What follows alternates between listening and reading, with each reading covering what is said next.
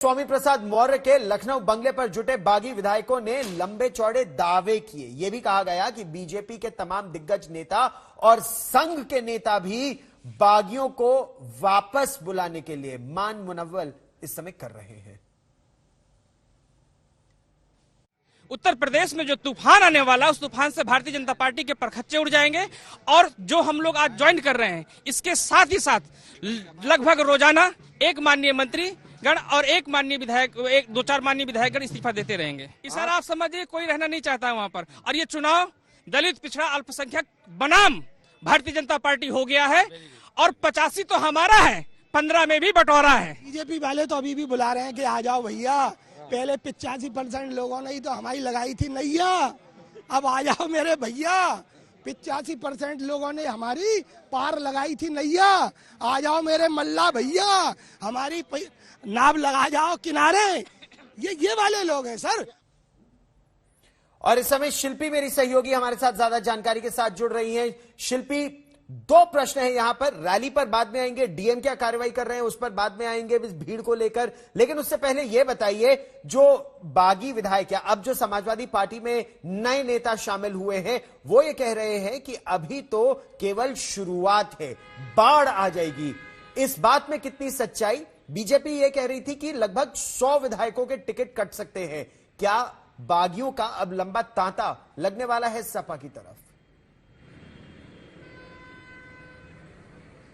बिल्कुल। देखिए गौरव, ये चिंता बीजेपी में भी है। एक मैं आपको अपडेट दे दूं कि अभी थोड़ी देर पहले ये सूचना आई थी कि पार्टी कार्यालय, जहां पर इस समय हम हैं, बीजेपी कार्यालय लखनऊ में, यहां पर केशव प्रसाद मौर्य की एक प्रेस कॉन्फ्रेंस होने वाली है। वो मीडिया से बात करेंगे।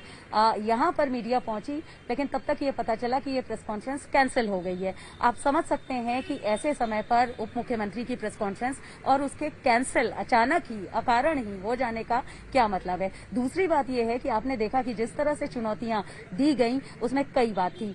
सीधे तौर पर चेतावनी थी कि मैंने जिसका साथ छोड़ा उसका क्या हुआ ये देखना है। इसको आप बड़बोलापन भी कह सकते हैं। लेकिन इसके साथ ही बीजेपी की पूरी एक स्ट्रेटेजी, जो ओबीसी को साथ लेने के लिए 2014 के बाद से बीजेपी ने शुरू की थी, उत्तर प्रदेश में कम से कम, उसको लेकर के अब एक सवाल उठा दिया है स्वामी प्रसाद मौर्य ने। और इस बहाने हम कह सकते हैं कि सभी सियासी विरोधी इसी बात को लेकर के निशाना साधेंगे। स्वामी प्रसाद मौर्य ने गौरव एक और बहुत खास बात कही, वो ये कि हम यानी स्वामी प्रसाद मौर्य और केशव मौर्य को कहा गया था कि मुख्यमंत्री बनेंगे, लेकिन मुख्यमंत्री गोरखपुर से लाकर के किसी को बना दिया गया। यानी साफ तौर पर वो केशव मौर्य को भी एक विक्टिम के तौर पर या सहानुभूति के पात्र के तौर पर दिखाने की कोशिश कर रहे हैं, बीजेपी पर निशाना साधने के लिए। देखा जाए तो ये अपने आप में बहुत बड़ी बात है, क्योंकि ये बात पिछले कुछ समय से और शुरुआती दौर में भी लगातार होती रही है केशव मौर्य को लेकर के और उनकी नाराजगी को लेकर के। ऐसे में स्वामी प्रसाद मौर्य का ये कहना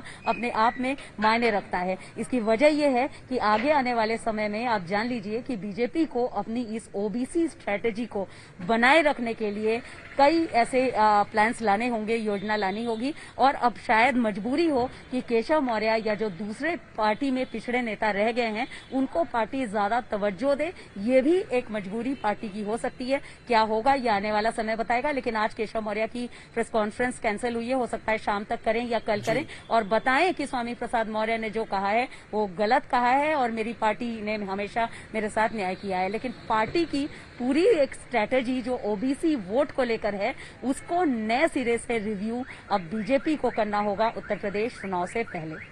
और शिल्पी, ये ताना लगातार अखिलेश यादव भी दे रहे हैं कि जो अखिलेश यादव की स्ट्रैटेजी थी या जो सपा की स्ट्रैटेजी थी, उसको भारतीय जनता पार्टी भांप नहीं पाई।